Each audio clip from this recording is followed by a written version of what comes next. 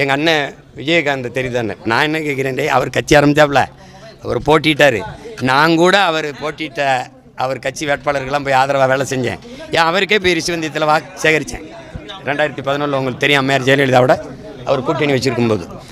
ஆனால் நீ அவர் இருக்கும்போது அவருடைய கட்சிக்கு ஆதரவாக பேசுனதோ அவரை போய் பார்த்ததோ இல்லை. அதே மாதிரி சகோதரர் சீமான் சொல்லியிருக்காரு, ஏன் இப்போ வாய்ஸ் கொடுக்குறீங்க, தலைவர் கேப்டனை வந்து அண்ணன் விஜயகாந்த்னு சொல்கிறாரு அப்படின்னு அவர் எல்லா இடத்துலையும் பேசுகிறத நான் பார்த்தேன்.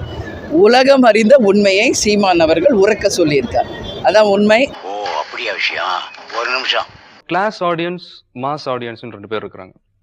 அதில் மாஸ் ஆடியன்ஸ் இருக்காங்களே, அவங்க ஒரு நடிகனாக ஒத்துக்கணும். அது ரொம்ப முக்கியம்.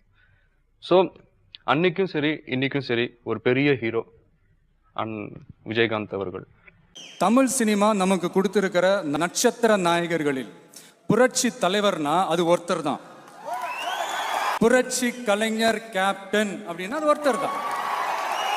விஜயகாந்த் அவர்களுடைய மனைவி நம்ம ஐயா சகாயம் அவர்களினுடைய மறு உருவம் தான் நமது கேப்டன் அவர்கள். என்னங்கடா கொடுமையா இருக்கு. சகாயம் எங்க இருக்கிறாரு, இவர் எங்க இருக்கிறாரு? இவர் திடீர்னு நேற்று ராத்திரி எனக்குலாம் இரவுல தூக்கம் வரலைன்னா அந்த கேப்டன் செய்தி சேனல்ல போட்டுருவான். அந்த 2 பேரும் பேசுறத பார்த்தா என் மனைவி கூட அருமையா சொன்னாங்க. சிரிக்காதீங்க, நான் மறந்துடுவேன் என்ன பேசுவேன்னா அப்போ விட்டுருவேன். நான் கொஞ்சம் முன்ன பண்ண பேசுவேன், நீங்க கோர்த்து புரிஞ்சுக்கிறீங்க. விஜயகாந்தை முதலமைச்சராக ஒரு கூட்டணி ஓட்டு கிடைச்சிடறான்.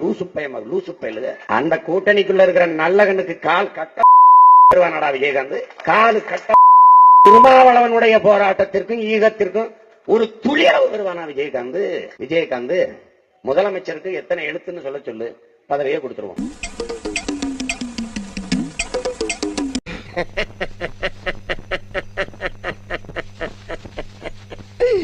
ஐயோ ஐயோ.